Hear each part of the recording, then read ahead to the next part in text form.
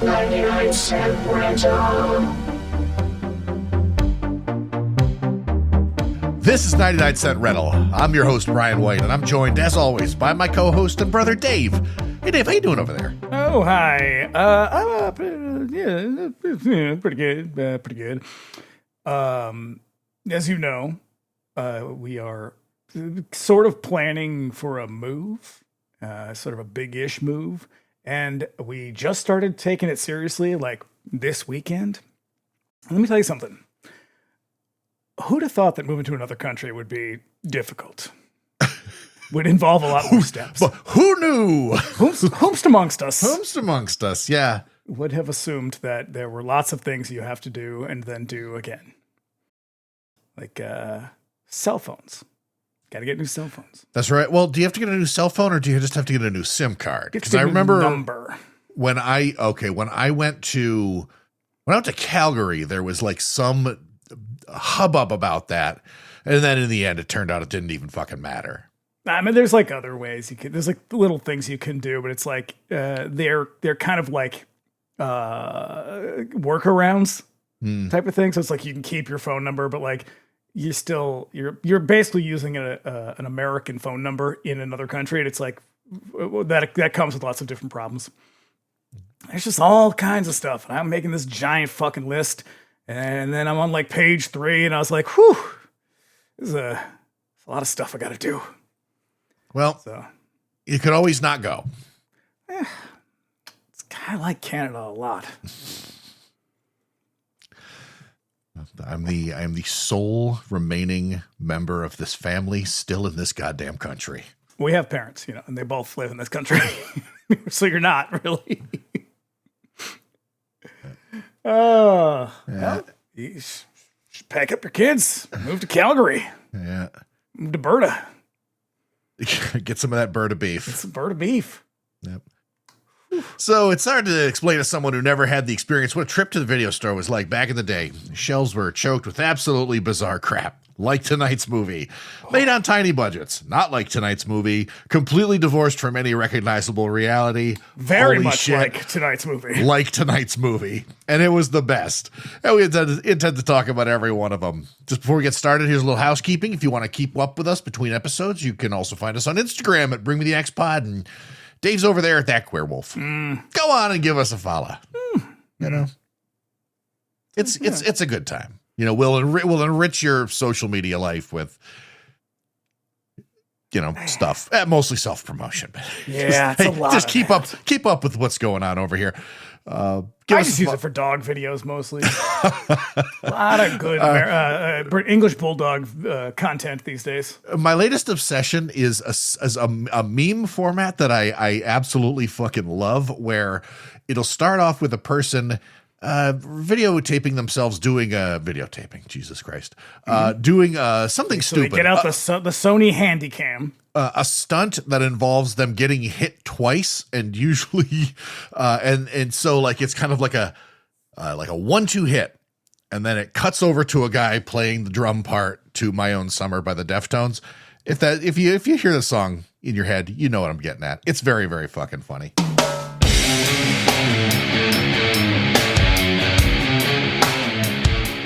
Every single time. That's a real niche interest. There's also one where a guy jumps off of a dock and he hits his head on the railing as he goes down. No, I see what you mean. They you're kicked in the nuts and then you hit your head on the railing when you fall down. Yeah, and then they use the sound of his head hitting the railing to be the bell in For Whom the Bell Tolls. Okay. Yeah, those are. I've seen that one. I think Peaches posts that stuff every now and then. They're pretty funny. Yeah. Oh, also, hey, if you don't know, we got another show called Bring Me the Axe. Our latest episode is covering Videodrome with our friend Love Connie. It's a long goddamn episode. It is. And let me tell you something. Love Connie loves Debbie Harry. Whoa. When he pulled out that scrapbook, I was like, what are we doing here? It's a great episode, man. He knew a lot about Debbie Harry and Videodrome. Yep, definitely was the person to book for that episode. That one's out now. We'll be back next week with a look at Tales from Our Hood. Tales from the Hood, as our Black History Month series fires up. Mm-hmm. You can also contact us. What's that? I've never seen it. You've never seen it? No. Oh, good. Cool. It's a good movie. It's a really good movie. I like it a lot. Yep, you can also contact us directly at 99centrentalpod@gmail.com with any questions, comments, or suggestions. Do let us know if it's a cheesy movie that you love and would like to hear us give it the business. And if you'd like to support us on Patreon, you can also look us up over there, patreon.com/bringmetheaxepod for ad-free episodes. Mm-hmm. Yep, there's a couple of tiers you can join there. Subscribers at the $5 a month tier can look forward to our bi-weekly X-Files Rewatch Pod. Do you think I'm spooky? And there's also our Bring Me the X Millennium Edition, which is a bonus episode in which we explore a modern horror movie. The current episode is a look at Get Out. Oh, so much content, so much extra content. So much fucking value for $5. Are you kidding me? Yeah. And all Patreon subscribers, even the free tier, get access to our Discord server. Paying members get access to additional channels, voice and video chat, and the watch parties option. Watch movies with us on a Friday night. Like this one. We watched this one. This was a small audience. There's just a couple of us for this one. Which is a goddamn shame, because this is the kind of movie you watch with other people. Me and Cloud did this one at our drive-in. Ooh. And we had a big audience with us who fucking hooted and hollered the entire time. It's something. Yeah. Oh, boy. Once again, it's patreon.com/bringmetheaxepod. And lastly, if you like what you hear, you can subscribe to us wherever you get your podcasts. We're also on YouTube. Search us by name and subscribe if you prefer to consume your podcast that way. And you'll be doing us a favor by leaving us a 5-star review on Apple Podcasts and Spotify. So make it happen. Just hit the button, Frank. Takes but a moment. Hit the button, Frank. And if you listen on YouTube, do us a favor, give the episode a like and leave a comment. We love hearing from you guys. Just want to get all that out of the way right at the top of the show because I don't think anything can prepare you for tonight's movie. Here we go.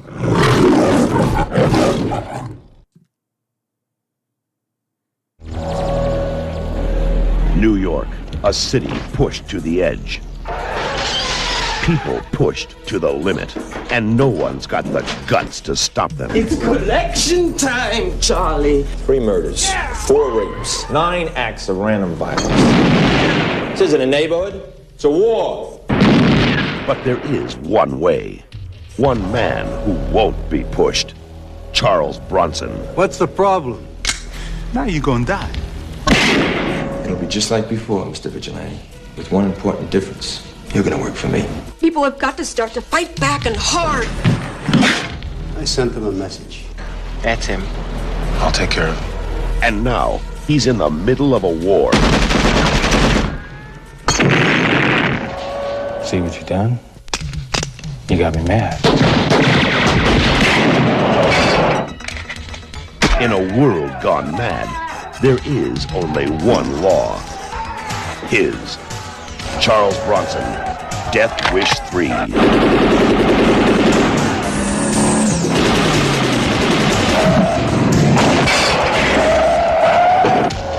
Bronson's back in New York, bringing justice to the streets.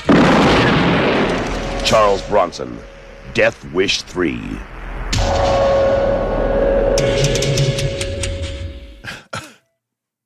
That trailer does not do this movie justice. And that's another quality product from Canon Films. Oh man, yeah, peak Canon.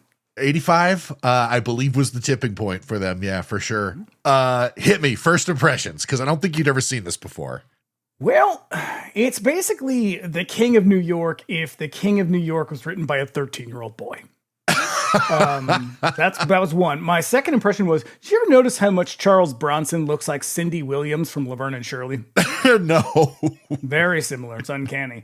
I think I have seen this. It's been at least 20, 25 years maybe. And I remembered absolutely nothing about it. It is dumb as hell. Like unbelievably silly. It is a movie that is so staggering in its stupidity that there are moments in this movie where I was like, why was that the choice they made? It is a movie that you have to go out of your way to make as dumb as it is. Yeah, like someone wrote this film. Like someone actually sat down at a typewriter is my guess, and clickety-clacked it out, and this was the end product. This was supposed to be this somebody way. did write this, and then when he saw what they'd done to it after extensive rewrites, he went to the Writers Guild and petitioned to have his name removed from it. Yeah, I get it. It is absolute nonsense. It's a hilarious premise from the outset. Like, even without the rewrites, it is. I don't even know how to describe it. A 65-year-old man strolls who into, looks like he's about 85. Here's the thing is, I think Bronson actually looks really good for his age because Martin Balsam, who is his co-star in this, is only 2 years older. Jesus. Yeah. I mean, that's a hard living. But they don't like, do a lot of close-ups for a reason. But this movie was released the same year that like a couple of really, really key American action movies were released, and that really kind of changed the way that Hollywood made action movies from here on out. And so these sort of dusty, crusty Bronson movies weren't really going to cut it anymore. And so it's really just a bizarre artifact.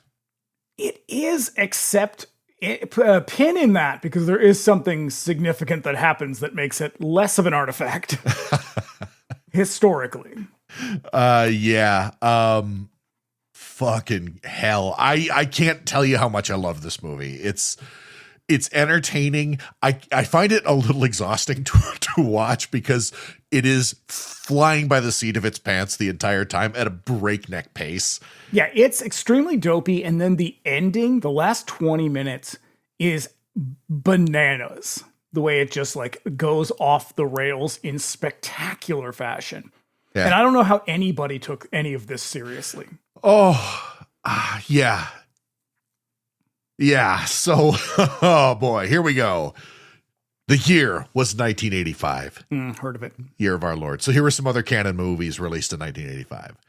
Rappin' was released in 1985. Supposed to be Breakin' 3. Electric Boogaloo. Life Force came out in 1985. Written by the same guy. Yeah, also, Bugfuck Crazy Movie. Mm-hmm. Famous. Make a lot of sense. Famous naked vampire movie, also by the same writer. In space and on Earth, with a very sweaty and terrified Steve Railsback, as he is wont to do. I believe he makes out with Patrick Stewart in that one. Okay, yeah, go ahead. Yeah. Also in 1985, same writer, Invaders from Mars. That one's less crazy, but still fun. Same director too, both by Tobe Hooper. Mm-hmm. A real artifact of canon at its most decadent is Invasion USA. Don't like that one. You don't? I love that one. It's silly. I just don't like Chuck Norris. I think Chuck Norris fucking sucks too, but that one is ridiculously huge. Like I watched that recently. Didn't Vinegar Syndrome put it out a couple of years ago? Yeah, that's probably why I watched it. It's got that kind of American Ninja feel to it. Where it's like it's a little bit too stupid. Like it's not stupid enough. I think that it is on the same scale and scope as Death Wish 3, but mostly because it's fundamentally it's a war movie. It's somehow even bigger and more ridiculous. Like they blow up an entire neighborhood in that one. There's a big like tank battle in a mall. Like that movie is cannon firing on all fucking cylinders. And rounding out 1985, Canon Films, a movie called Hot Chili. Ooh, I've never even heard of it, but I can only imagine. It is a coming of age sex comedy. What? No, with that title? Well, hang on, I'm not done. Set in Mexico. Oh no. Oh no. You know it's gonna be racist as hell. Oh God, I am sure. I looked up the premise of it and it sounds fucking stupid. Like it sounds characteristically canon. Oh wow. So our cast and crew, we've got a director named Michael Winner, who is a real sack of shit, world-class shithead. Last seen on this pod all the way back in the day when we covered his horror movie The Sentinel. Not a single woman that ever worked for him had a decent thing to say, and many, including Marina Sirtis, who appears in this very movie, had really hard things to say about him when he died, saying, "I hope he rots in hell for all eternity." His own girlfriend appears in this movie, and boy, I've got a note about that. Marina Sirtis, I believe the full quote was, "I know you're not supposed to speak ill of the dead, but I hope Michael Winner will rot in hell for all eternity." Yeah, pretty much everybody who's ever worked with this dude has nothing but bad things to say. Yeah, it's not just the women either. Like Bronson hated him. Alex Winters fucking hates him. Like, and Alex everybody Winters was like 16. Like, if you can piss off a teenager. Yeah, a dude who is hungry just to work in the industry, a guy who's just like, who's so fucking bad that this young man has the sense to be like, oh, I'm never working with that guy again. And I'm certainly not going to conduct myself like he did. Yeah, he sounds like a total sociopath. Yep. Winner made a bunch of movies in his lifetime. A couple of them were good. Most of them are completely forgettable. You mean you didn't like Wonton Ton? the dog that saved Hollywood? Which sounds like a... what's the Rin Tin Tin? What's the guy from Simpsons? It's a Troy McClure movie. Yeah, it sounds like a Troy McClure movie. Yeah. According to Kirk Taylor, who plays the giggler in this movie, many crew and cast members were annoyed by Winner's authoritarian approach to directing and his fucking routine outbursts. One annoyed crew member printed a fake newspaper article saying Michael Winner killed by falling scaffold. All 200 crew members claim responsibility. Nice. He did make The Stone Killer, and that movie's pretty good. That's the thing, is like, he's not like, he did the original Death Wish. I think that I like Death Wish. He did The Sentinel. I love The Sentinel. The Stone Killer, pretty fucking good. But like, he made a lot of movies, and like, there's a reason that I looked down that list and I was like, I don't think I've seen a single one of these. Yeah. Our cast, we've got Charles Buczynski, Bronson, If You're Nasty. Who was 64 years old at the time of this high-flying action movie. Golan and Globus signed him up for a 3-picture deal when he came on for 10 to Midnight, and this was the third movie in that deal. Go back and listen to our 10 to Midnight episode. Ooh. Also, real funny. We had a great guest for that one. He was a big Italian star for a while. Yeah. And a big AIP star for a while.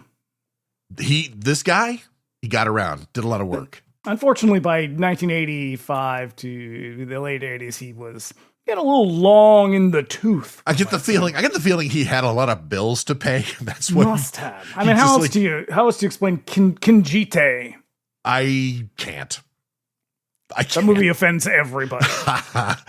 Yeah. It certainly wouldn't be the last movie for him in canon. He worked for them right up into the end of the Golan Globus era. When you need a tough guy who's going to make every performance as wooden as possible, you call Charles Bronson. Yeah. He was still very much in shape and looking good for his age. By comparison, as I said, Martin Balsam was 2 years older than him, and he looks way older. He's in I think maybe more, at least one movie with Vincent Price. And if you are going to put someone opposite Vincent Price, it can't be someone who's just like fucking no affect.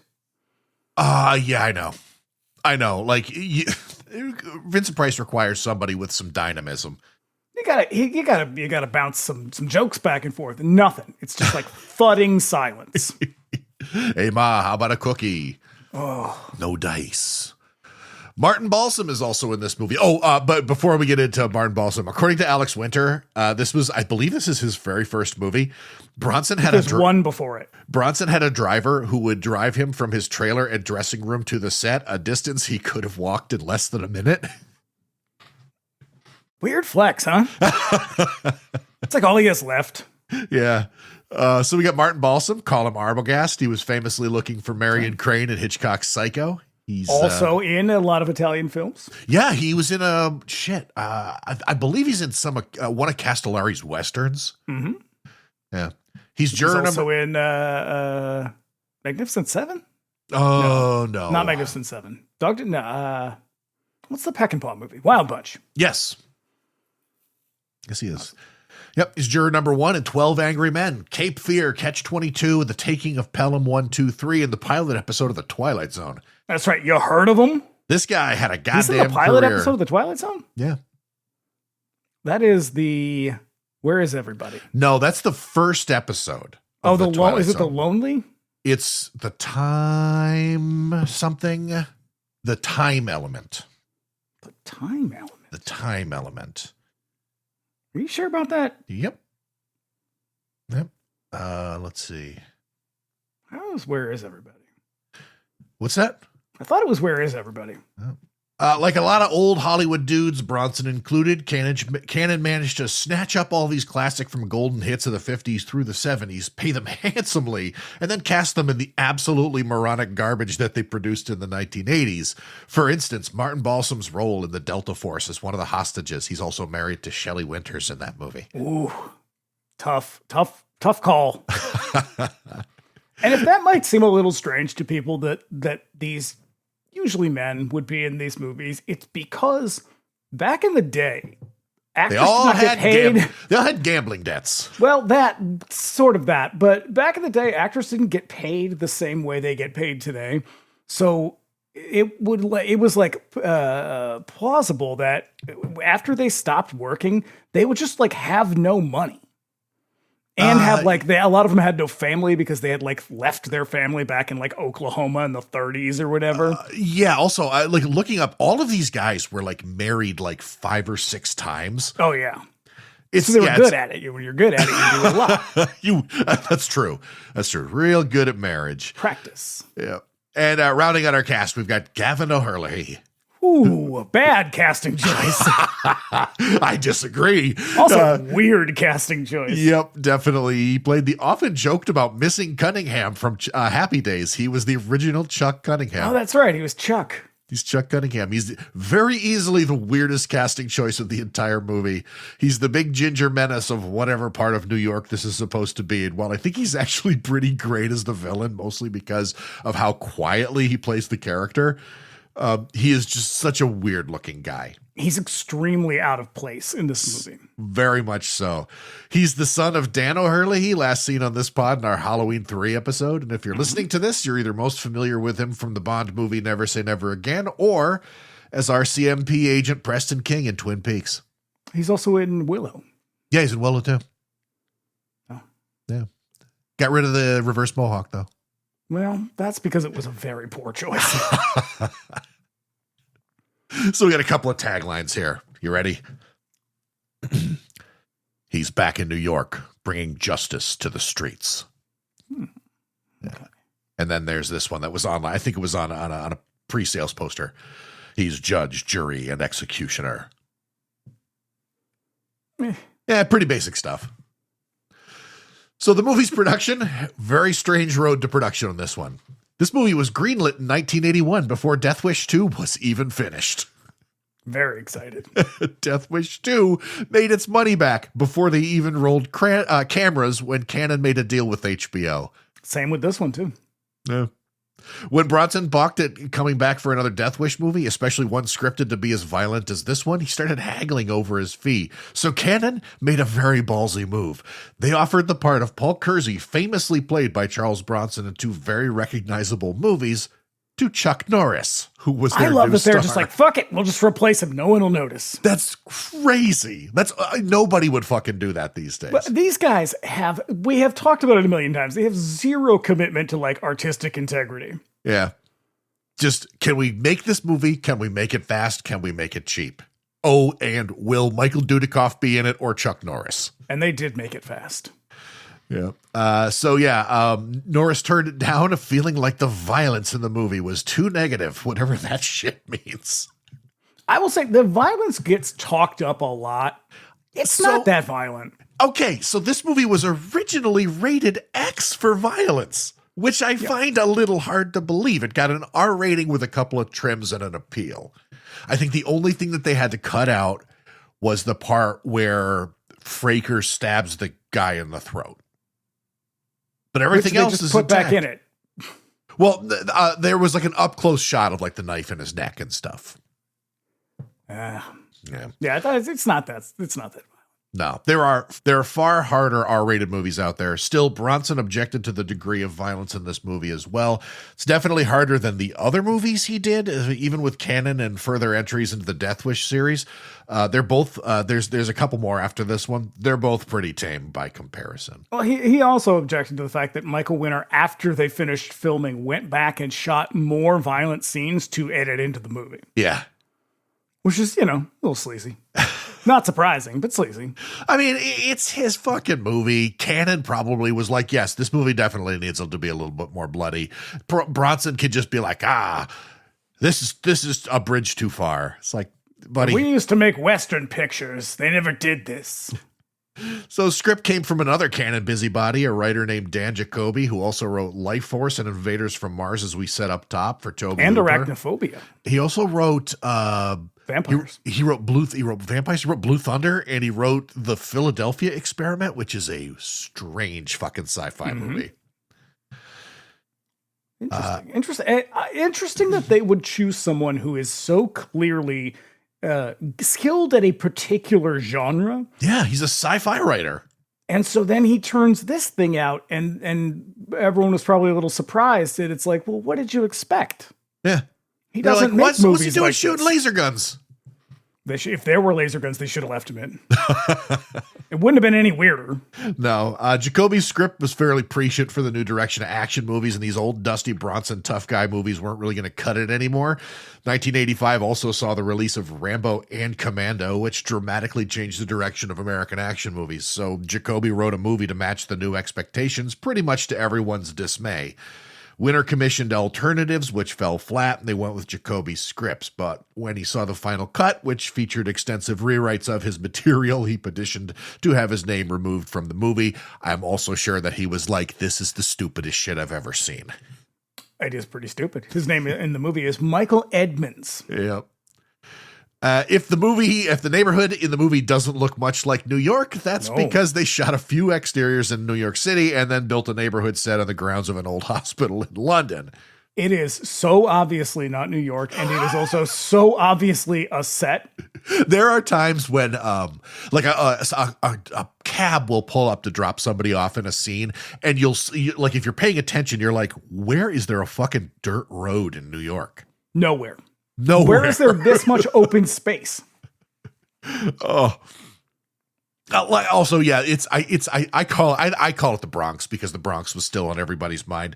It's supposed to be, I believe at one point they say East New York, and there's a map on the wall in the police department that has like a square of where I think it's supposed to be. And I was like, guys, that's like fucking Turtle Bay. This is not like a tough neighborhood, you know? I mean, they don't have a paved road. Life's hard there. This is true. Or like freestanding houses made of wood and shit. Mm-hmm.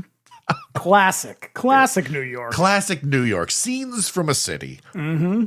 Yeah. There are two further sequels. There is part 4, The Crackdown, and part 5, The Face of Death. They are both boring as hell. Yeah, that is. I've seen not the 5th one, the 4th one. The Crackdown is. I've seen The Face of Death, but I don't remember it at all. But I remember The Crackdown being a gigantic disappointment. Yeah. One of the most confusing credits in the entire movie is a music credit for Jimmy Page. It's shitty that the guy who actually did the music doesn't get credit for it. Now, get a the credit. score for this movie is bad and weird as hell. It sucks. It's so fucking terrible. But someone actually did it, and they give the credit to Jimmy Page just because they recycle some of his shit from the second one. Yeah, I guess like so when Winter was editing the movie, he under a pseudonym Arnold Crust, which sounds like a singer in a 70s British punk band. Why is everybody working under pseudonyms here? No idea. Absolutely no idea. That might have been a Directors Guild thing. Who knows? But he used Page's music as kind of like stand-in shit. And then they just left it. And then a couple of pieces of music from the original movie are in it. But yeah, it's Mike Moran's music for the most part, like all of it almost. And the it's original terrible. one. It's so fucking garbage. The original was Herbie Hancock. In the original Death Wish, it's Herbie Hancock, and it's a fucking killer soundtrack. Great soundtrack. The second one is Jimmy Page, and it's not very good. No. Because Jimmy Page does not know how to score a film. No. Because it's not what he does. But I remember like the very first time I saw this, I was like, Jimmy Page, the fucking Led Zeppelin guy? Mm-hmm. And then I listened to this and I'm like, there's not a lick of guitar on this entire fucking soundtrack. Nope. It's all like bongos. A lot of weird, sweeping, kind of melodramatic jazz. Yeah. Yeah, a lot of organ, a lot of funky like jazz. horns and funky jazz. Fucking, it's bad. It sounds like the soundtrack for like an 80s cop show or like the A-Team or something like that. I thought it went real soap opera. Very Dallas. Yeah. And then the year after this movie was released, there was actually a tie-in video game released for the ZX Spectrum, which was a sort of budget personal computer like a Commodore 64, but you could play it online if you look it up. Did you play it? Nope. No time. Too much podcast to write. Let's talk about Bernie Getz. I'm going to talk about Bernie Getz when the moment is right.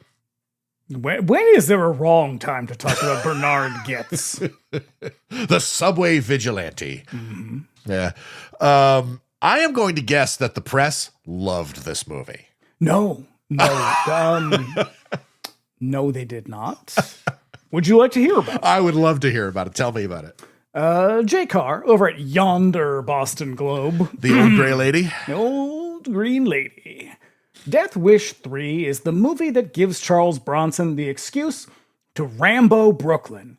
It's another in this year's long parade of pathetic power fantasies, cynically exploiting the rage and anxiety of the dispossessed. Solid. Not wrong. Good God.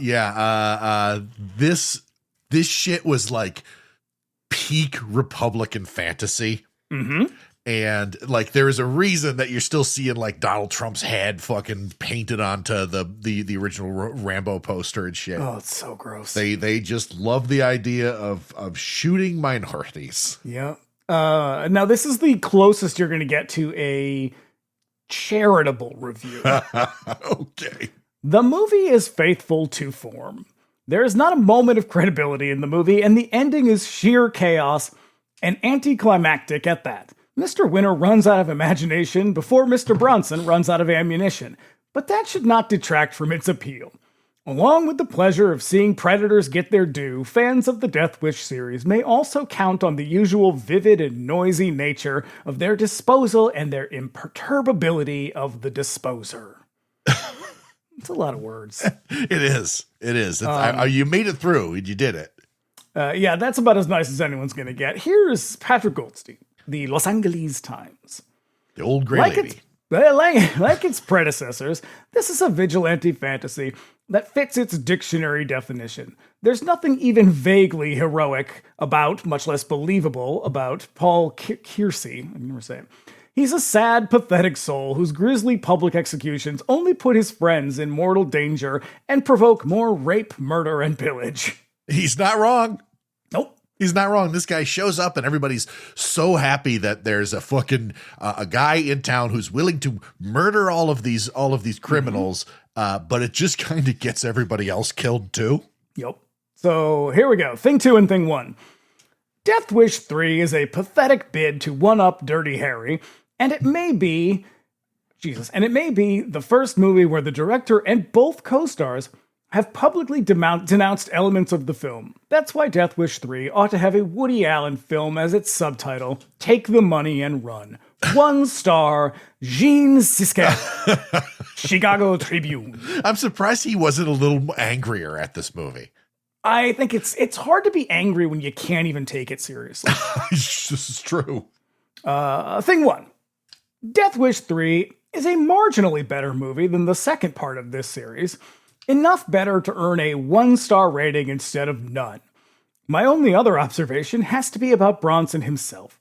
He looks very tired in this movie. He looks so tired in this movie. In interviews, he has expressed his unhappiness with it. My guess is that he utters less than 100 words in the whole movie. My hunch is he would have liked that number to be closer to 0. Roger Ebert, Chicago Sun-Times. So this, when I first started up Cinema Suicide, this was the very first movie that I reviewed for it. And my review was not much different than that, even though I had much more fun with this movie than fucking Raj did. But I do remember that one of my initial criticisms was Bronson's dialogue is like, yes, no. Yeah, he looks beaten down and exhausted. Chicken is good is another line that is like it's sort of like how Schwarzenegger's longest line in like the Terminator is like, "Are you Sarah Connor?"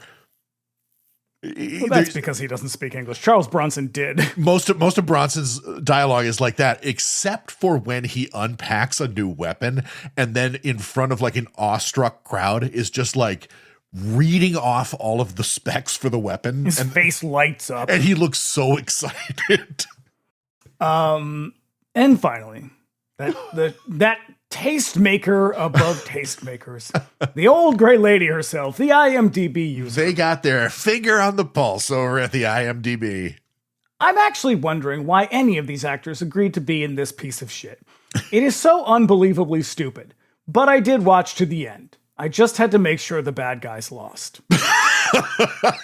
It's actually really hard to find a serious 1-star review. They're all pretty dumb. I am sure that most of them are ironic and shit. Yeah. So. That's fucking funny. Nobody liked it. It's very poorly received. Yeah, goddamn. Yeah. But it is, and very understandably so, like a true cult item. And because of the Bernie Getz connection, I think that it is like one of the purest examples of a real exploitation movie.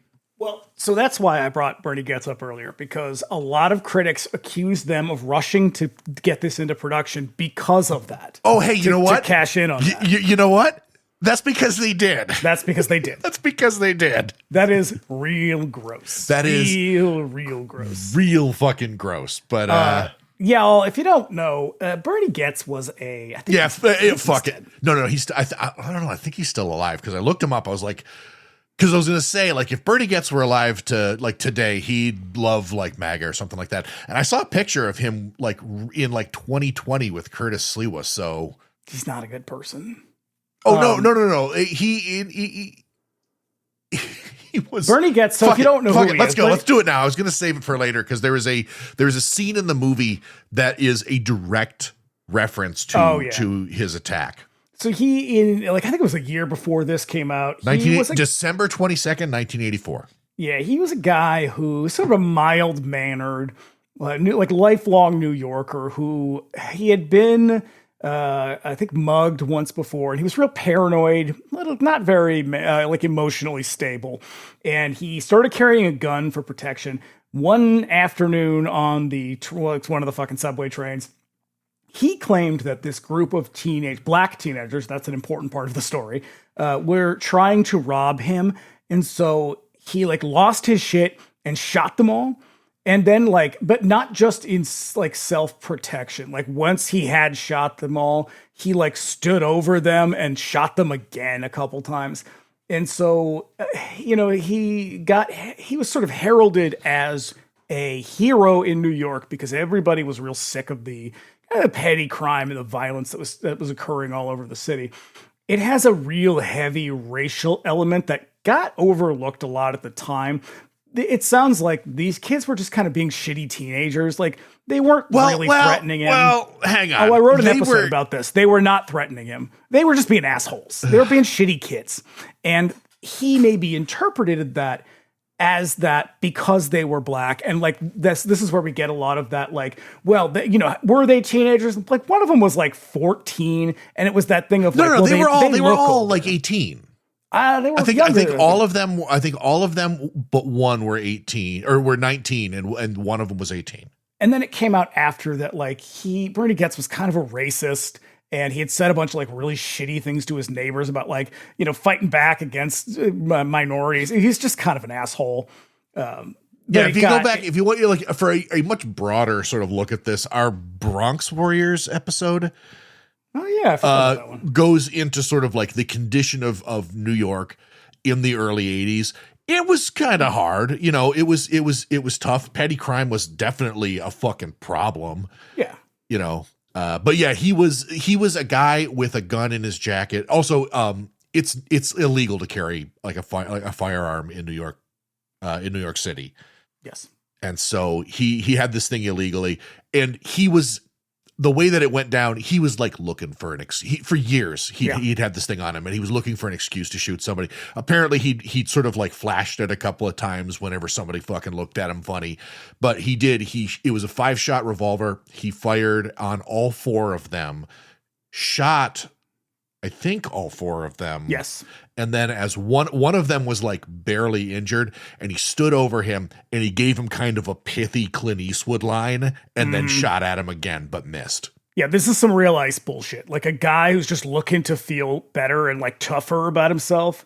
And he just took it out on these fucking kids. Yeah. And he claimed one of them had like a screwdriver, and I think one of them did have a screwdriver, but they didn't threaten him. No, they were going to, their mission was I think they were going uptown to like rob an arcade or something like that. Yeah, they were going to like open the, they're going to pop the boxes. The coin things. Yeah. Yeah. And they were like, hey, give us $1. And like, most people would be like, hey, fuck off.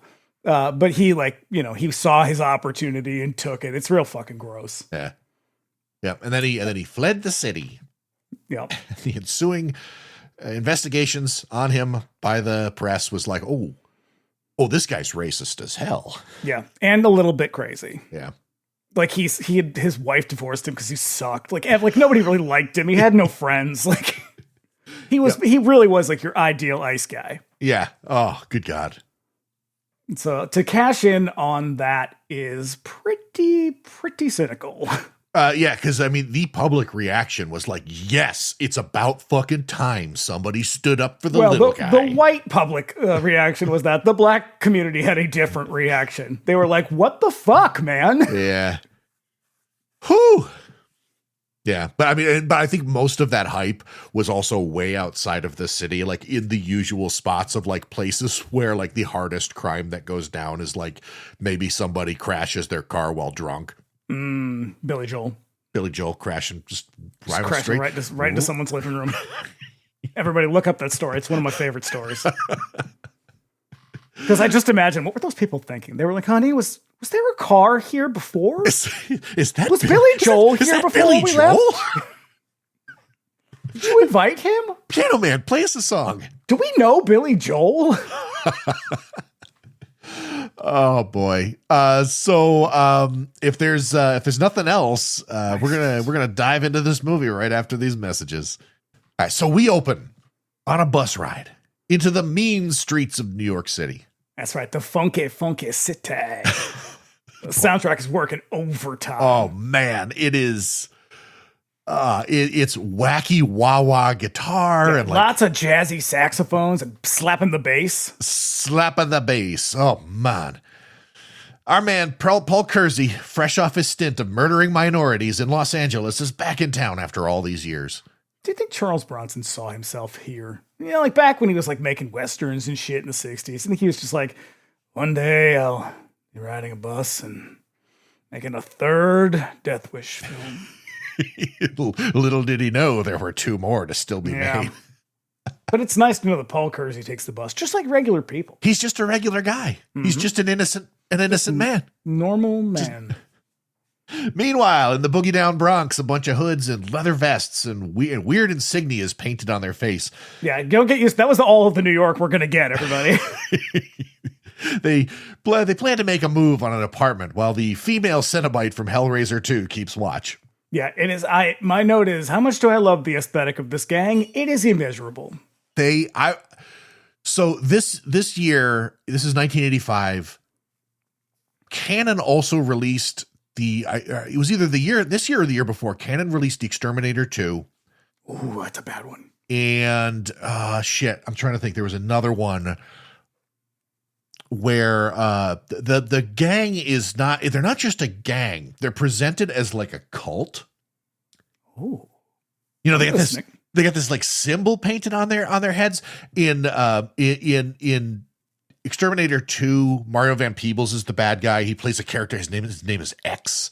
And he's like this intense gang leader, but there's also this sort of like weird kind of quasi-religious element to it. Very similar. They have like symbols that they all wear on their costumes and shit. So good. What's the other one? It's going to kill me now that I can't think of it because I thought about it the other night when we were watching this. Do you think anyone at that point was like, Mario Van Peebles, do you know who your father is? What are you doing? You could be doing anything, man. Why are you doing this? Yeah. Hey, man, I say everybody's got to start somewhere. He wanted to do it the honest way. Oh, I remember the other one. Tenement, the Roberta Findlay movie. Oh. Did the same thing where that movie is Ooh, bad. That's a hard one. That's a real rough one. But again, the gang is very much like a cult. And so like what in the headlines was influencing this? Because that is a context that is completely lost to modern audiences. I think they're probably just trying to set themselves apart, because a gang in and of itself is not that distinct. Like, it's just a bunch of dudes usually. Yeah. And so they're probably just like, how do you identify these people in the big group of people? Because this movie basically just takes place in this one neighborhood, which is really just the set. And so like you have a huge group of people and you got to make these people easily identifiable. So they make them kind of colorful. Yeah. I guess so. Cause you definitely want them to stand out. Cause in the original Death Wish, I think that's the movie that kind of originates the kind of giggling psycho gang that becomes like prevalent throughout all of these Death Wish ripoffs. Like they do it in Vigilante. They do it in like basically every movie where like a lone gunman goes out to the streets. Like the gang isn't just a bunch of criminals. They're like a bunch of like laughing, like psychopaths, like maniacs. Yeah. Yeah. You got to make it maybe a little cartoonish. Either to like soften it maybe a little bit, or like even make it more actiony. Even in Friday the 13th Part 8, like there's some gang stuff in there, and they're like this colorful, giggling bunch of psychos who are no match for Jason. Well, of course not. He's supernatural at that point. So a gangbanger named the Giggler distracts. The best part of this entire movie, the Giggler. Do you know there was a serial killer named the Giggler from Boston? You ever hear that story? No.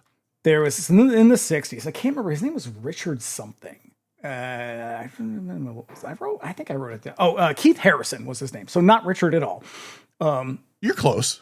He was so bizarre and like creepy as hell. And he didn't seem to have, he was very, very unwell. Obviously he's a murderer, but he didn't really have like a particular victim. He just sort of killed people randomly. Like he would be out at a combat zone bar, be drinking with a dude. And then like, he'd be like, yeah, let's go to another bar. And like they walk down an alley and he just like stabs him to death. Wow. And one day he was like walking across one of the bridges. I can't remember, like the BU bridge or something. And there was like a little girl walking in front of him and he just sort of ran up behind her, grabbed her and chucked her over the side. Holy shit. Another one, like he like lured this boy down into what is now South Station when they were sort of building it out. He like lured him down there and murdered him, just like killing randomly. And he would always call like the 911. Well, I don't know, it wasn't 911 at the time, but he would call the police and just be like, hee, guess what I did?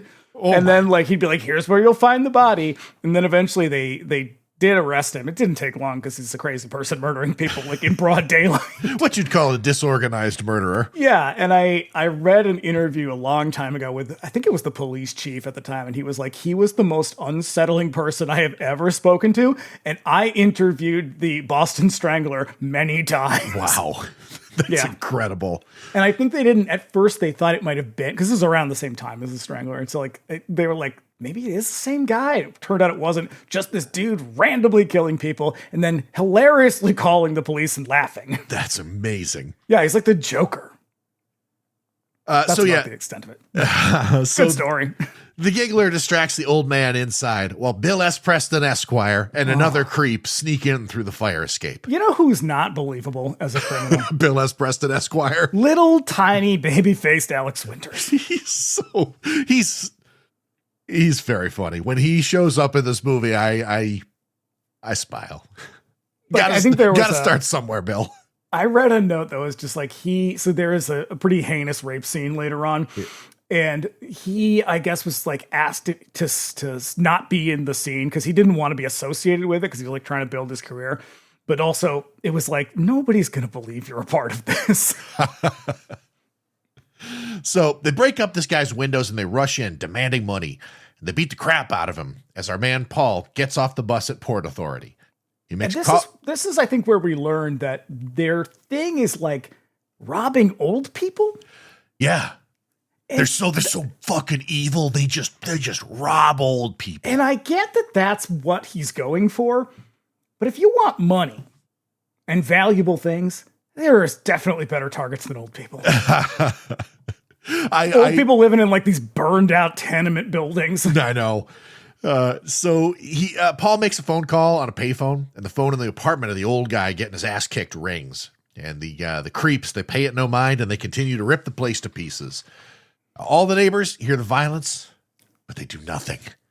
Just like Kitty Genovese. They simply watch with sad looks on their faces. Yeah, just like Kitty Genovese. It's not true. I shouldn't spread rumors. Yeah. Paul rides into town in a cab, but it comes across a car accident blocking the road. And then I wrote criminal gangs and minor car accidents. How much can one man handle? And then he offers the cabbie $20 to drive around it. You'd think he would just do that for nothing. Because he's already paying the guy, presumably. And the guy's got to get somewhere. He's got to go forward one way or another. I know. He arrives in time for the hoods to run off down the street. And when he gets there, it turns out that he was there to visit Charlie, the dying man in the apartment. Mm-hmm. He's there in time to see Charlie die. And Charlie's holding Charlie in his arms, and Charlie says, "Take care of my things." And I wrote, "What things? His Building 19 furniture and Wild West themed art prints? How much care do those require?" But when he dies, it's very funny because he just like flops over to the side. His eyes go all wide and shit. I'm surprised that he didn't stick his tongue out. Oh, with like a big final, like, oh. Yeah. Oh boy, so it's good. Such a fucking funny death scene. Like he just needs a couple of X's painted over his eyes to really fucking drive it home. As soon as the old guy croaks, the cops bust in on the scene and Paul is ready with his gun out. They assume that he's the one who killed him and throw the bracelets on him. Reasonable. You know, it's a neighborhood full of violent gang members, and this guy just happens to be there. Obviously, he's the one who killed him. And it will turn out these cops are cartoonishly villainous. Oh my God. Let's talk about the cops for a moment, because we're about to go to the police station. Hard as it may be to believe, there was a time when even Republicans hated the cops. Mm-hmm. And this movie has its fucking foot down on the gas pedal as hard as it'll go. It's practically pushing the pedal through the floor. These cops do nothing. They disarm the victims and they just kind of let the criminals go free. They give out parking tickets. And then when we see them in their element, they're like, "Fuck you. We're not charging you with anything. There's not going to be a bail hearing. We're just holding you. Fuck your constitutional rights." It's like real libertarian fantasy. Because like back in the 80s, there was this sort of sentiment where it's like, these cops all they do is just make life hard for the little guy. And they don't even arrest the criminals. These criminals, they're sleazy lawyers. They get them out in a few hours and they all walk free. And it turned out that none of that was true. Not even a little. There were like 6 cops and a billion murderers. So they take him downtown and they rough him up, booking him under the assumed name of Paul Kimball. Now in walks Richard Schreiker. Yeah. Who clocks him immediately. The names in this movie are nuts. Oh, they're bizarre. We get Schreiker and we get Fraker. Yeah, Manny Fraker. Manuel Fraker. Think about that. Oh, Richard, he clocks him immediately. Schreiker, that is. He remembers him back in the 70s when they brought him in a bullet in his leg in the first Death Wish movie. Except he keeps calling him dude. But it comes out like a word that he's just heard for the first time recently, and clearly is not comfortable using it because it sounds so unnatural. Yeah, dude, you're in big trouble. Last thing I need is a vigilante in town. Paul asks for a lawyer, but Schreiker tells him no. No lawyer. Right. Maybe. Hey, maybe I'll just have you killed. Mm. Yeah. Gonna hold on to him, though. Yeah. Says to the other cops, make sure he doesn't get bail. And I wrote, that's not something the police have a say in. Well, in this one they do, because this is Schreiker's jail. There are no judges. He makes the rules. It's literally like the precinct in RoboCop. Right. There's some discussion about constitutional rights, which is a reasonable thing for Paul to be worried about right now, but Stryker says, fuck your rights. This is my jail. Then he punches him right in the face. Mm-hmm. They throw him in holding, no bail. That's a real shit show in there. The toilet. Yeah, what is the deal with this? Like, where is this jail? It's like Titty Cut Follies in this place. It is. Yeah. This jail is fucking awesome because it is a tight little space packed with maniacs. Yeah, listener, do you remember? Did any of you see what was the Malignant? The police scene, the jail scene in Malignant. It's like that. Yep. The toilet ripped right out of the wall. The guy who did it standing proudly right next to it. How do we know? He says to Kersey, "I tore it out." And what Kersey should have said is, "Why? Like, people need that. Where you gonna pee and poo? What if you gotta take a poop? Come on." So, he then goes to attack Paul, but the joke's on him because Paul knows how to fight. Sure and then he jams the guy's head between the bars. Does not make any sense. Not possible. and yet, here it happens. Here we are. This scene is setting the tone for the rest of the movie. Mm-hmm. The rest of the movie is just Charles Bronson shoving our head through the bars over and over again. Stuffing a banana up a tailpipe. That's right. The place just goes nuts, except for a weird ginger with a reverse mohawk in the corner who looks really bored. And it is hard to describe this man. He's obviously Irish, but he sounds distinctly Southern. Yep. He looks very out of place in this scene, in this movie, and in what is supposed to be New York City. I refuse to believe that this guy has cultivated a criminal empire of any kind. Mm-mm. None whatsoever. He looks silly. He sounds silly. He is very non-threatening. His hair is fucking bizarre. Remember the Hot for Teacher video? Mm-hmm. In the very beginning? Mm-hmm. And she's got the kid and she's like pushing she's got the hardest hair part in like the history of rock and roll. And it's like greased down. And as she talks to him, it's like making a squeaking sound. It's like that, but then they just ran a fucking shaver right up the middle of it. Yeah, the reverse mohawk is a real bold choice. And then he has a red stripe painted on it. That's so you know. That's so you know he's in the gang. Yeah. Later on, reverse mohawk guy tells a couple of clowns in the tank with him that he wants them to give it to Paul. They work him over for no real reason. And Paul takes it and he gives it back. And then the cops take reverse mohawk man, a guy named Manny Fraker. Manfred Fraker? Let's go with that. Okay. And it doesn't make any sense. No, they throw him in another cell. The timing is great too because his lawyer just showed up and he's walking for whatever crime he was brought in for. These fucking lawyers, man.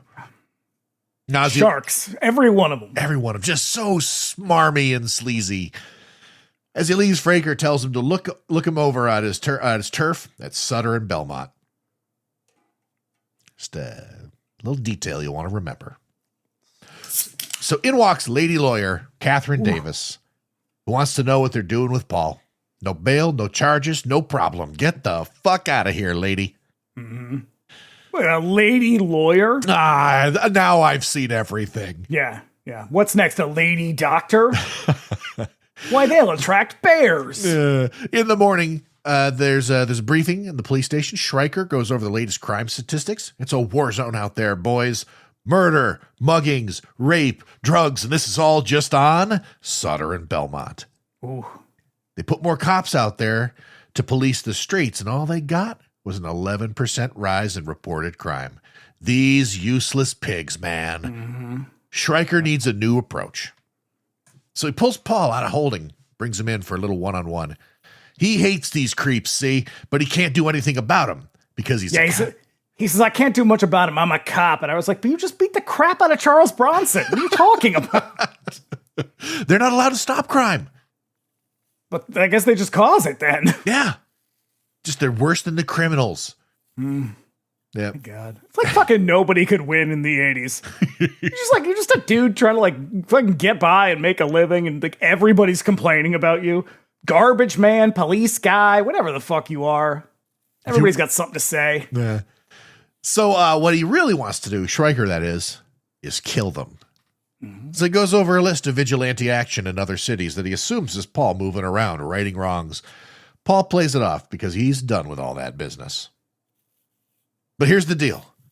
You walk right out of here, Mr. Kersey. You work for me. Get back out there, kill the shit out of these creeps with my support, but watch your back, guy. These aren't the gangbangers you remember from the 70s. That's right. He says there's a new breed on the streets, and I wrote very silly, very chic. Also, I love how they keep calling them creeps. Yes. I hate the creeps, too. That night, Fraker creeps up on a burned out old tenement building. His gang is in the basement, conducting business in his absence, but he walks up on them to their surprise. Hector, that fool, that rube, has assumed control of the gang, thinking his old boss is going up the river. Oh, Hector. Hector, don't you know anything about this city? You don't know shit. So Fraker has his guys restrain him, and he stabs him right in the throat. Then everybody cheers. And this was the scene where I believe he originally kicked the knife into his throat. What? Yeah. That's awesome.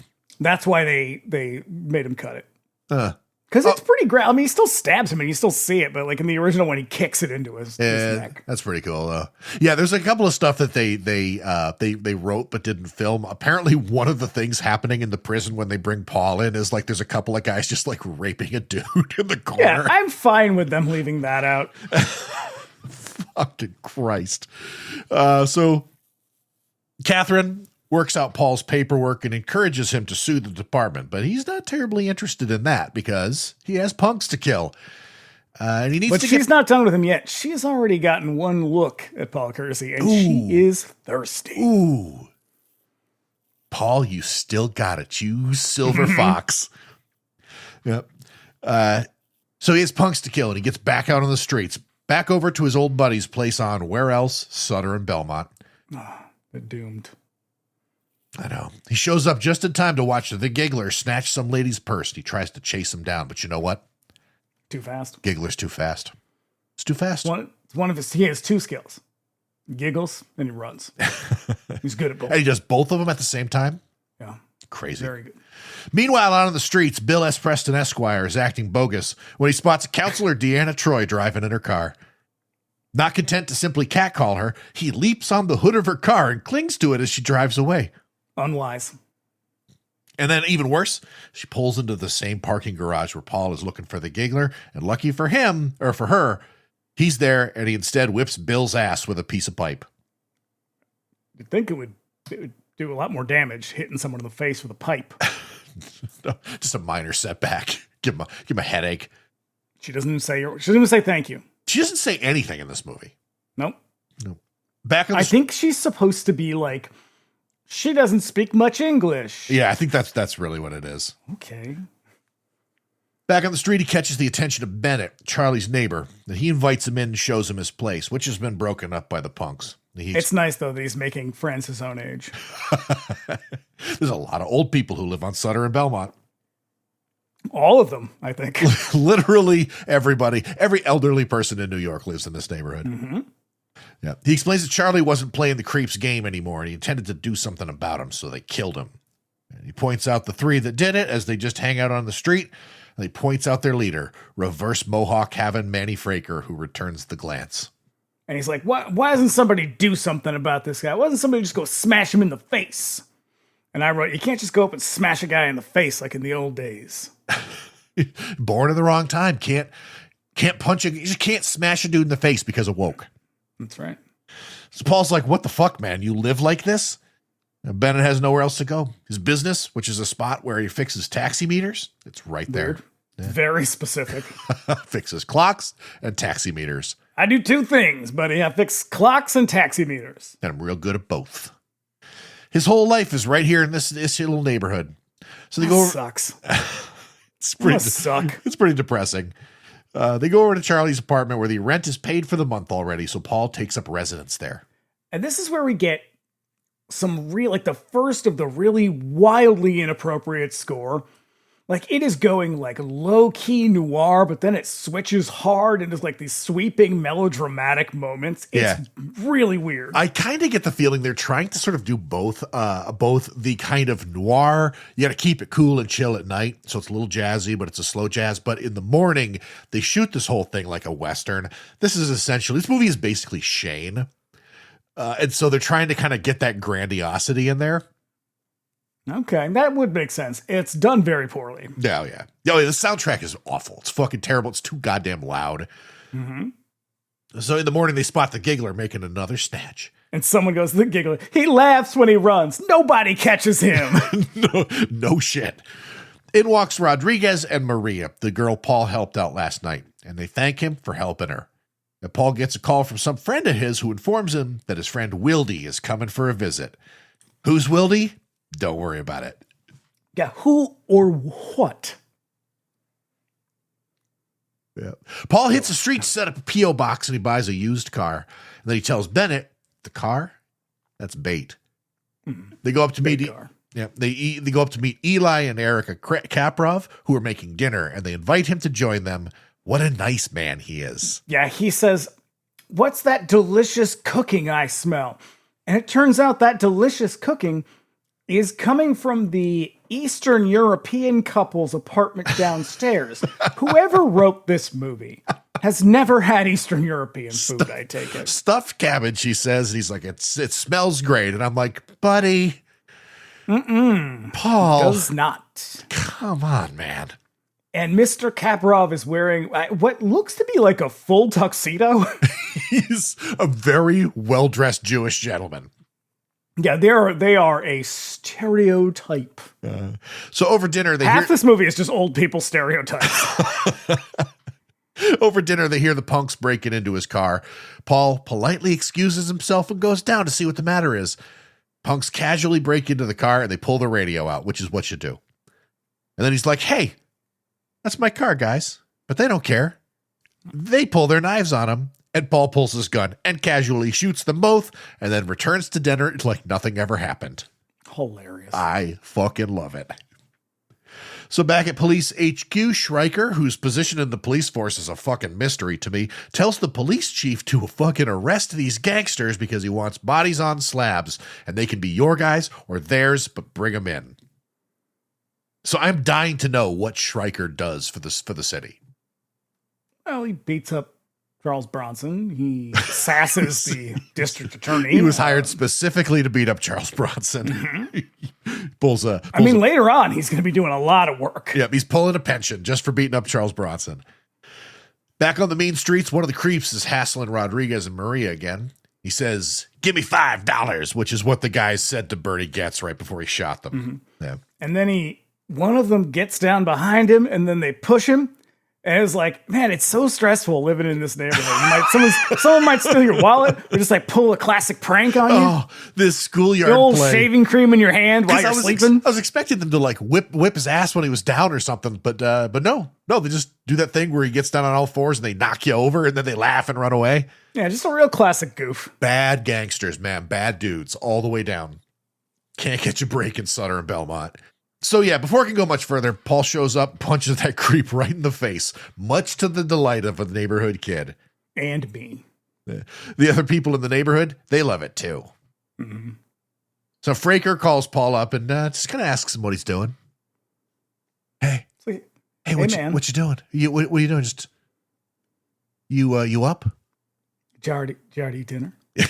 what was it? Cabbage? Would you have? Did you have leftovers? Hey, Paul. What's your favorite color? Oh, I would have guessed you're a green guy. You kind of look like a blue guy to me. Yeah. So he calmly tells him that he's watching him. And Paul then finds some footprints in the bathroom and notices an open window. It's great, though, because this is like, I would dub this theme the somebody broke into your apartment and left absurdly clear boot prints on the floor theme. It is a stone's throw from being like, boop, boop, boop, boop.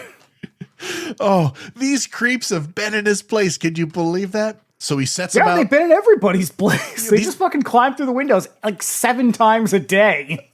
So he sets about to make them sorry for it. He puts down a board just bristling with nails under the window. That night, Schreiker meets up with Paul in an alley.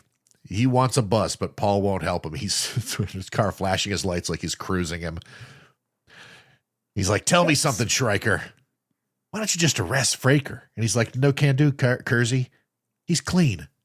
Yeah, he's a perfect citizen. How is he a perfect citizen? How is the that first even time possible? we meet him, he's in jail. What? How are they not getting this guy on anything? They did. He was in jail. The first time we see him, he's in jail. Unbelievable. Back at his place, Paul then finds bloody footprints. His cunning attempt to trick the creeps worked. So the next day, Paul and Rodriguez spot an old lady slapping down a creep. His presence is emboldening them because they're not going to... inspired the community. That's right. They're not going to take this bullshit anymore. Now, Catherine, very thirsty. Yeah. Tracks Paul down and comes to visit him. That's right. And he thinks that she's there to talk him into suing the city, but it turns out she's there to ask him to dinner. Yeah, she cannot resist his 79-year-old animal magnetism. It's that droopy mustache and that shaggy haircut.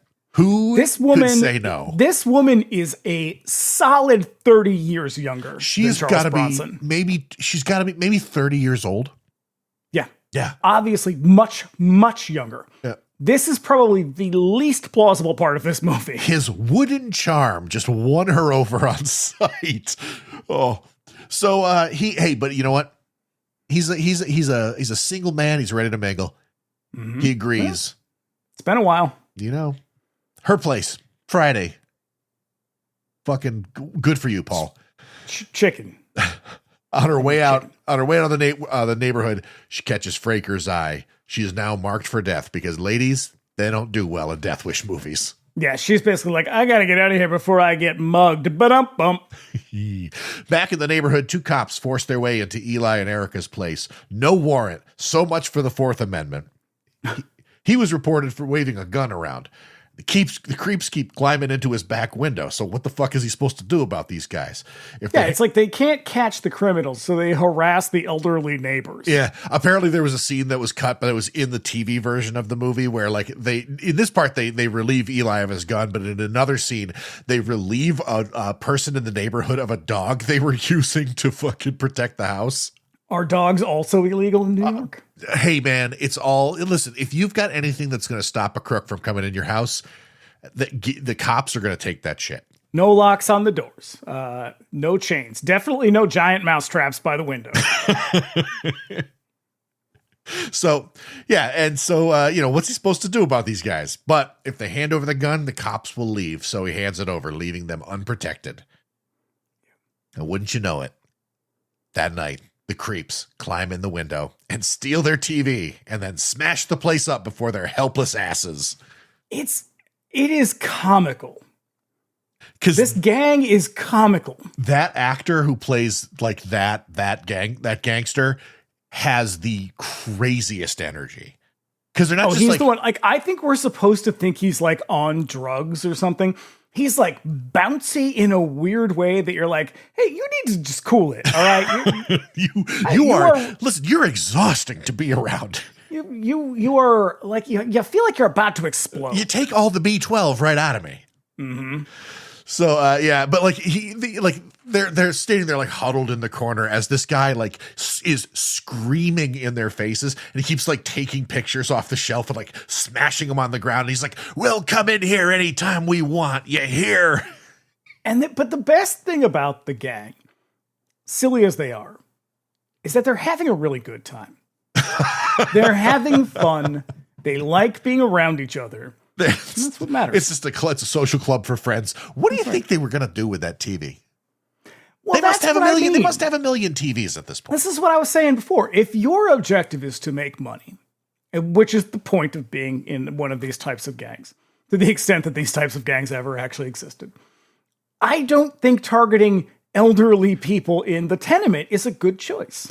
They don't have a lot of stuff. Go uptown, rob a jewelry store, man. Mm-hmm. Well, you can't climb in their windows. It's less fun.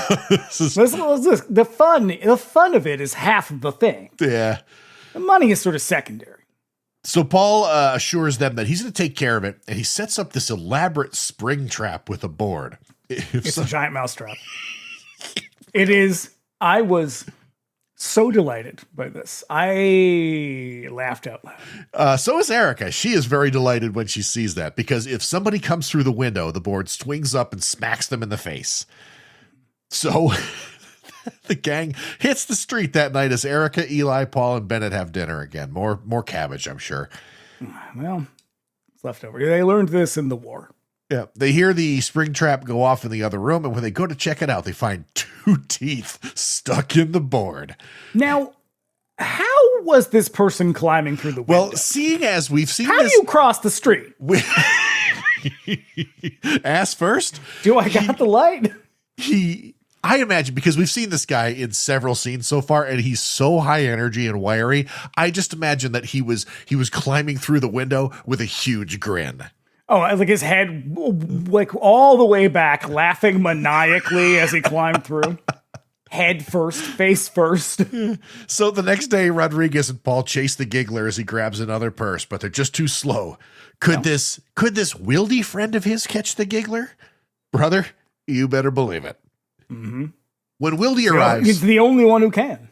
Well, I got a question about that, because Paul's got another gun. Is that one not fast enough? It's less dramatic. Yeah. So when Wildy arrives, Paul introduces him to his friends. Wildy turns out to be a Wildy 475 pistol, a ridiculous cannon of a firearm. This is Charles Bronson's personal firearm. Personal Wildy 475. And there is something about that I'm a little put off by. Don't worry, I'll bring my own guns. That is... I don't know what that is. That is something very, very weird about that. Like, they'll just furnish you with a firearm, man. Don't worry. I'm going to assume that even though it's canon, they still have an armorer on set who is probably like, I don't think I can do that. And he's like, oh yes, you can. Listen, I saw fucking Missing in Action. Like they got a array of weaponry in that movie that's pretty impressive. Yeah, but they didn't bring it from home. No, Chuck Norris brought his own M60. No, it is a pistol variant of a cartridge meant for hunting lions and shit. It has no practical use beyond them using jack-off 2A dipshits. And the torque of the bullet in the barrel will likely twist the gun out of your hands when you fire it. Now, the best thing about IMDb is the trivia. And this movie is a convergence of guys and car guys. People who want to talk about worlds collide. Boring ass sedans and really exotic firearms. Mm-hmm. Yeah. And people who are like a little too excited to see Deanna Troy's boobs. Oh boy. Yeah. This company was on the verge of collapse. This movie fucking saved it. Single-handedly. I understand why they brought it in. It's a very interesting looking gun. You know, it's big. It's like impractical. It's massively impractical. It's fucking stupid. And he's like, it's meant for hunting. It's like, guy, nobody's hunting with this thing. Are you crazy? Well, but it's clear what they're doing. They're trying to match the gun in Dirty Harry, which is also an impractically large gun. Yeah, the Colt that no cop would ever carry. The Colt Python is way too fucking big. No, like the department, they're trying to outdo it. Issues you a fucking weapon, right? A perfectly serviceable, practical gun. Yeah, you can use to kill other people because that's what they're for. Why he needs don't at me. Don't comment. Yeah, why he needs this outrageous piece of hardware versus literally any other gun is anyone's guess. Because I'll tell you what, a fucking 38 bullet's going to go just as fast to catch the giggler. Well, so would a giant mousetrap. just listen. Just set Sutter and Belmont with a bunch of giant mousetraps. You get them every fucking time. Because that's not the first time. Not the first time they're going to get him with a giant mousetrap. Nope. That night, Maria walks back to her car from the grocery store. She's accosted by Fraker and his crew, who nab her and drive away. This part's gross. It is pretty gross. The security guy might have seen it on the cameras if that lazy asshole hadn't walked away for a donut or whatever. You can't even trust the security guy. Lazy assholes getting paid to eat donuts and shit. Then Fraker and his boys drive her down into a garage and make with the aggravated sexual assault. It's not. Don't like it. I don't like it. At home, well, it's about to get worse. No, it's about to get hilarious. If you can imagine that. At home, Rodriguez is beside himself. The hospital informs them that she'll be fine. She just has a broken arm. So they all pile in a cab to drive over, and the doctor... The doctor says, sadly informs them that Maria has died. No, Maria has expired. From a broken arm. From a broken arm. My note just says, I guess it was very broken. This, and there's one more scene a little later on towards the end, is one of my favorite scenes in any movie, because here's why. They could have said, well, they beat her very badly and she died from her wounds. They stabbed her. They shot her. Anything. So that was in the script originally, and they, for some reason, cut it out. There was an explanation for her death, and then they just cut it. This is why I say this movie goes out of its way to be dumb. Yeah. You could have done anything. Also, this doctor looks like a character from Garth Marenghi's Dark Place. Yes, very much so. When they show up, he looks at the cop to see if it's okay to say that she died. Like, he's like, is this my line? Is this where I say it? Yeah. And then he says it, and he gives this like bonkers convoluted explanation about blood clots. He's like, yeah, well, it was very broken, and there was a lot of internal bleeding, and we think that some blood clots broke free and went into her heart. And I was like, what? Why? I don't understand this. It's beautiful. It is beautifully not a idiotic. Single note, sir. Not a single note.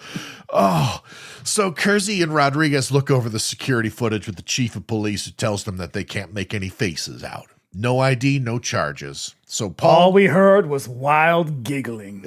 So Paul goes home and loads his own ammo. He packs Wildy in his jacket and he heads out for some ice cream, along with a camera conspicuously swinging around on his lap. You know what the giggler cannot resist? Can't resist. An arm strap. It will be his undoing. No, ice cream in hand, he takes a walk, and the giggler spots the camera. And I love when they cut up on his face, because he looks at it like he's like, oh, what's this? What's that? What's this? Oh, that I can't resist this. How am I can't resist it? So it's just right there. So he takes off and grabs the camera. Paul pulls the gun, lines up a shot, lays him low. The neighborhood is ecstatic. These people cheer like when Gaddafi was killed. They go fucking buck wild. You would think the Patriots won the Super Bowl or some shit. It's crazy. Man. Oh boy. Everybody just thrilled. Fraker's gang, not so much. They got the giggler, man. They got the giggler. And Fraker says, they had no business killing the giggler. None. That's true. Friends, he giggles no more. So Schreiker and the cops show up, and a lady on the street runs up to tell them to fuck off. She's glad he's dead. The giggler's body's been laying out here in the street, just baking in the summer sun since last night. The cops Gaddafi. The cops remark on just how chill the neighborhood's been lately. Obviously, their efforts are paying off. What do they mean by that? Because clearly people are just getting gunned down in the streets. Yeah. On the DL, this is a tacit endorsement of vigilantism. Mm-hmm. Paul joins Catherine at her posh apartment for dinner. How posh, you ask? Why, she has a Nagel print just inside the door. She's a woman of the 80s. She's very, very contemporary. Mm-hmm. She made chicken. It's the only thing she knows how to make. How do you know? Because we get a big close-up of a pile of bones on a plate. Just a classy shot. So it makes me hungry. Makes me hungry just to watch it. They chat. She has a sister she hates who lives in Binghamton, New York. Gross. Yep. Paul tells her he likes opera. And their conversation, it's so stupid. Yeah, I wrote, got it. You hate your sister and love sports. Complex personality. Yeah. She doesn't like what she does for a living. Being a public defender who defends creeps has her on the wrong side. This is the weirdest moment, I think, of this incredibly bizarre film. Not so much for the content, but because of the lighting and the cinematography. It's like a totally different movie. It has weird, soft, like 70s porno lighting. Yeah. It's like whenever they shot a woman on Star Trek, it's like they rubbed a little Vaseline on the lens. Yeah, it's super, super weird. And the conversation they're having is even stranger. It's fucking dumb. It's like two entirely different conversations just jammed together. Then this is where we get reminded that he's a out of work writer. That's what he says. Because I'm sure that at some point some producer was like, so wait a second, is he a professional vigilante? And they were like, just killing people for fun or money. Look, he's a writer. He makes his living doing a little writing, but he kills gangsters for the love of the game. Yeah.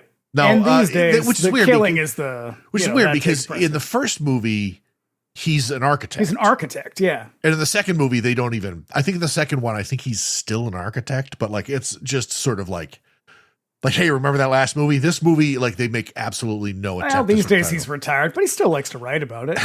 Just because he's retired doesn't mean he's not interested. Yeah, but you know what? She's interested. Oh, yes, she is. She is. He leaves with a kiss because they're really heating up. And I can't imagine why she wouldn't feel this way. Scintillating conversation. He is a very expressive man. She just likes opera, but not really. He had a wife, but she's dead. She just cannot fucking resist that Pennsylvania charm. Oh, it is. Now, sweet listener, if you have never seen Charles Bronson, please look at a picture. It doesn't matter when it's from. He's looked pretty much the same his entire life. He's got a face like a foot. Yeah, this is like someone hit him with a shovel. He's like he was perfectly suited to play tough guys in Westerns. And he did. And he did quite often, very famously. But yeah, by this time, like he's just an old man. I mean, he's still looking pretty good, but says you. I don't know. I think he looks pretty good because again, I compare him to Martin Balsam, who again 2 years older than him looks like an old man. Yes. He's just like Bronson in this movie. He's just a fit 64-year-old. He's a guy who very clearly takes care of himself. 64. That is a 1985 64 if I've ever seen it. Have you ever seen Hard Times? No. 1975, I think. Or maybe maybe. Walter Hill. It's the one where he's a bare knuckle boxer in the thing. He is fucking cut in that movie. Like there is he was perfect for playing usually like the villain. Like he was such a imposing guy. What was that? And he was usually like he was never the main guy, but he was like the hero's backup or something like that. Yeah, he was very stern looking and very like silent. So I was gonna say silent but deadly. You know what I mean? But there's a photo of him I think when they did Hard Times at Cannes, and he's walking with his wife Jill Ireland at the time, and he is like fucking ripped. And there was a comment on a photo that I saw on like Twitter or something like years ago that was like Charles Bronson looks like he killed something with his bare hands that thought it was immortal. That is a good description. So back in Southern Belmont, Fraker gives some speed to the Cuban, who has orders to go out and kill Paul. Unable to resist a murder spree, Paul tools up and hits the streets, falling for their trap like a sucker. And this is when we get the first of several very strange sound effects. That is the sound of, it sounds like a tiger growling or roaring or something like that. When was this? This is when he's like creeping through the alley. Oh, sure. Because I was like, wouldn't it be great if there was like a tiger that jumps off the building? Nope, just a couple of junkies. But we're going to get it later again when Fraker calls him on the phone. Maybe it's like he's on the prowl, It's insane. They lure him into an alley complete with desperate junkies, and as soon as they have him in their clutches, Fraker opens up with the submachine gun. Dodging the gunfire, Paul tosses that stupid gun he brought with him. The smaller, more practical self-defense weapon wouldn't have done that. So they chase him through the alleys, and Paul whips a few of them. They get a knife in him, but the plates in his bulletproof vest protect him. And he literally he's like backhands one of these guys And there's just so much blood everywhere. It's like he just slapped him in the face. But again, fists like wrecking balls. That's true. Yep, killed something that thought it was immortal.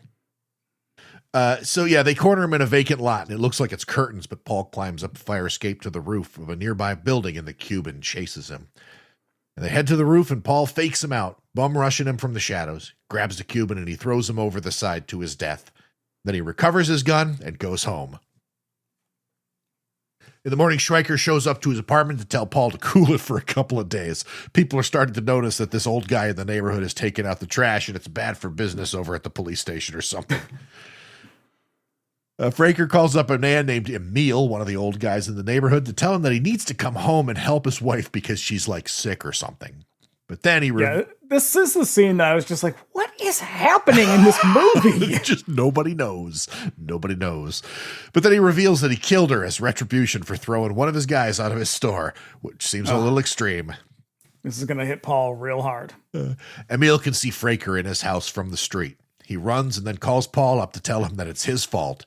Having had enough, Bennett shows Paul something Charlie gave him to keep safe. He opens up a cabinet to reveal a Browning machine gun, one of those machine guns they mount on trucks. Yeah, we're going to call this Chekhov's giant Browning machine gun. He also has belts of ammo that he brought back from the war.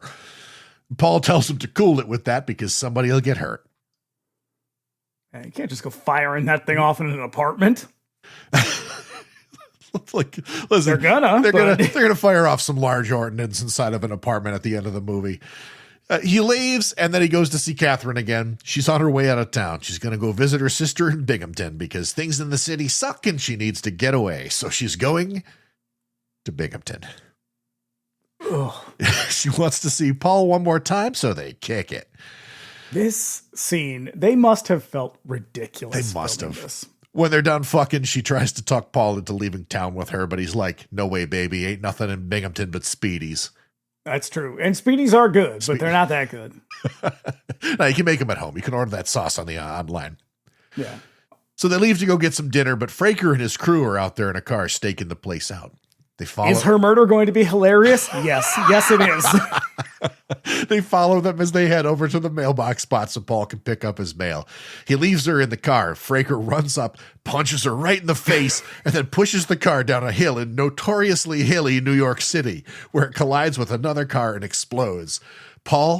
I laughed out loud when this happened. because the look on his face, his demeanor is like, well, I guess I'll have to find a new lady friend.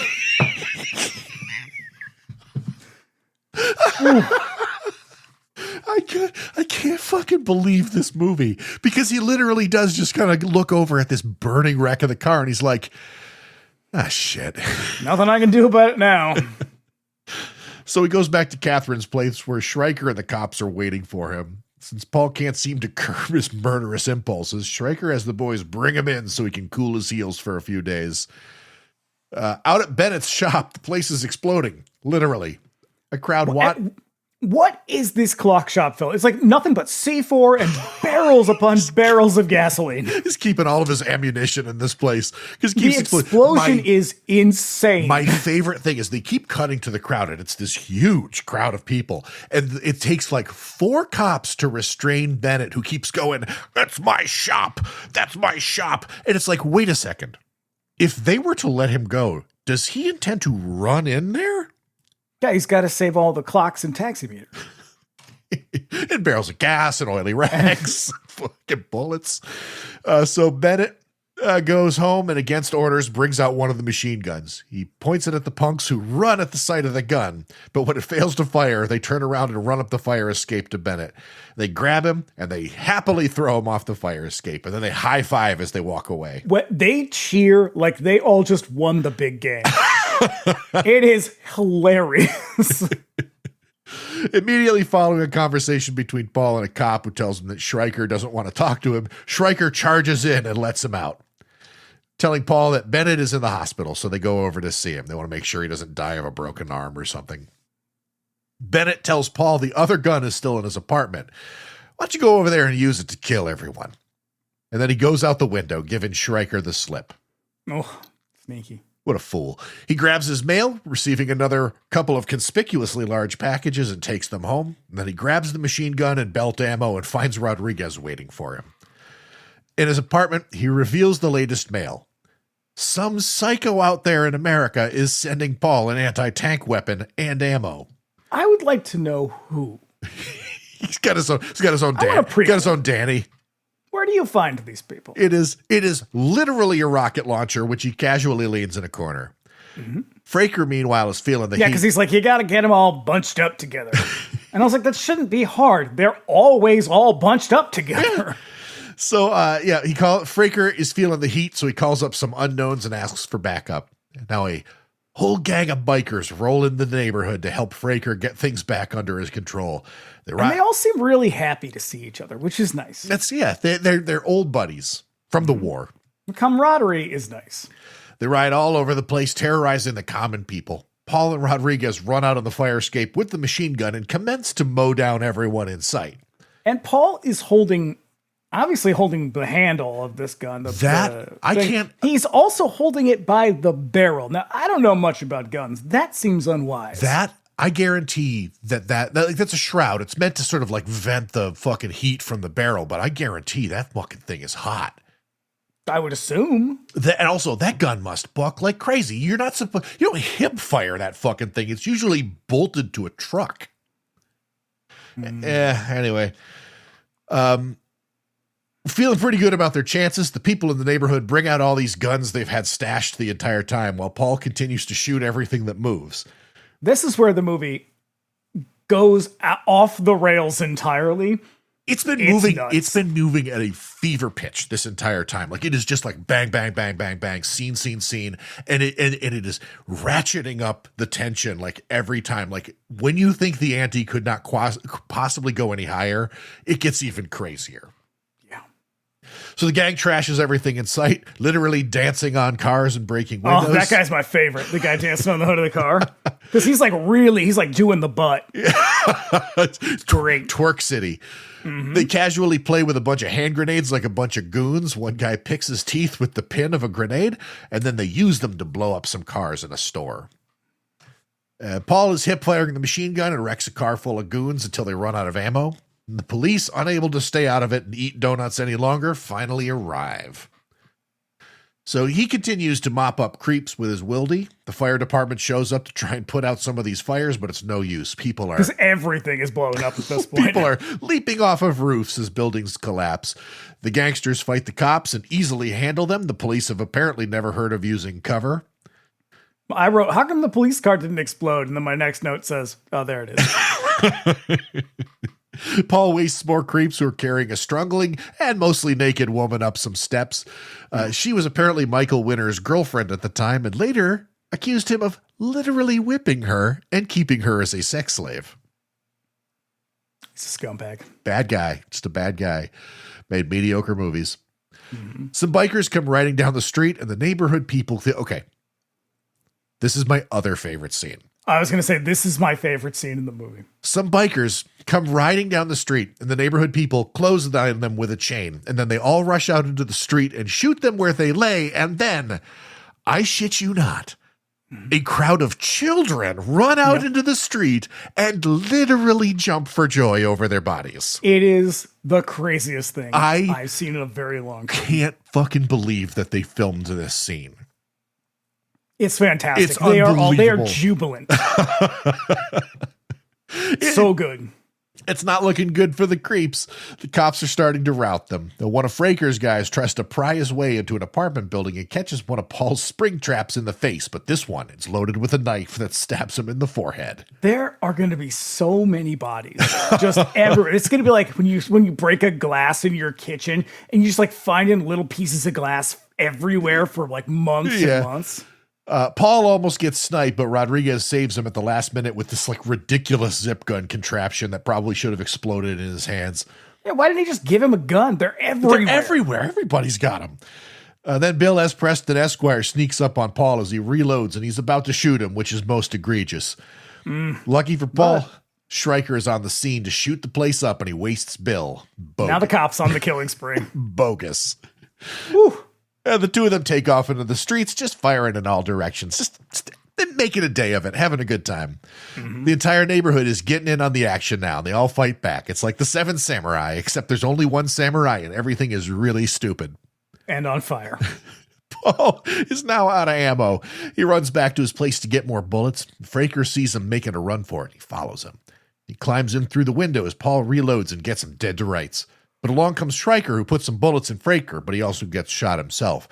They go to call an ambulance, and Fraker gets up, revealing that he also has a bulletproof vest on. Gasp. I know. Stryker then tells him that he can't get both of them without getting killed, and he turns a gun on him. So Paul uses the distraction to grab the Law's rocket launcher he left there earlier and fires on Fraker, who makes a face like Glaven as he dies. And when it happens, the people outside, the woman who's part of the gang, she doesn't have any dialogue, but we've seen her throughout the movie. She's the female Cenobite. Yeah, she screams like she knew it was him. She, in her bones, she could feel that it was him. Yeah. Even though there's no possible way she could have seen it happen. No, hey, it's great. Hey, let me ask you something. You think it's a bad idea to shoot a rocket launcher inside an apartment at a guy 10 feet away? I would imagine it is much like doing it in a video game. It's gonna kill you. This is a weapon that's intended to be used on a fucking tank. So yeah, it blows out the wall and takes Fraker with it. Somehow Paul and Stryker weren't also vaporized in the explosion. The gang finds Fraker's body burning in the street, and faced with irregular neighborhood folks, they call it a day and run away as the rest of the police show up to clean up the mess. In the apartment, Stryker tells Paul to beat it. He takes his bags, wanders away as cars burn all around him. Roll credits. This movie should have ended with the two of them doing like a freeze frame high five. That's the only way this movie. That or like a leaping chest bump. Mm-hmm. Unbelievable fucking movie. Unbelievable movie. This film is wildly silly. It had no redeeming cultural value when it came out, and it somehow has even less now. But it's hilarious. It's fucking hysterical. You could make an argument that this is a piece of surreal art. It's just madness. It definitely walks that line between like people who don't give a shit about what they're making or people who really do. I can't understand how they turned this in and Canon was like, yes, we're going to release this movie. Mm-hmm. And it was a success. It was a moderate success. $10 million budget. They got like 17 out of it. Yeah, but also, I mean, pre-sales for cable were fucking huge, and there was also video sales. So, I mean, this movie made a fucking ton of money. I'd say it's a success. Jesus Christ. Critics at the time just didn't get it. They didn't get it, man. They just did not have the eyes to see what a real comedy looked like. Except for that one guy from the Los Angeles Times who was like, well, if you like whatever this is, if you like stupid you're stuff, you're gonna like this. If you like really stupid movies, you're gonna love this. Yeah. Lucky for me, I love stupid movies. Yeah. Oh yeah, it's bad. It's so fucking bad, but in the best way. I encourage everybody to watch it because it's just so fucking dumb. The Blu-ray that Kino put out comes with an alternate ending. Did you watch it? Mm-mm. No, I watched this on like Tubi or something. Okay. It's the same exact ending. Like there's, but they do the high five. They do the high five at the end. Yeah. No, I have no idea what the alternate ending is supposed to be. Yeah. But fun movie, unbelievably fucking stupid. A lady dies from a broken arm. Hilarious. No notes. Where are we off to next? Well, as you said at the top there, we are going to be celebrating Black History Month. So next week, Bring Me the Axe, coming back, Tales from the Hood. And then in 2 weeks, that celebration will continue on this show, 99-Cent Rental, with the blaxploitation karate picture, Black Belt Jones. Oh, shit. A film with a very questionable title. Which part?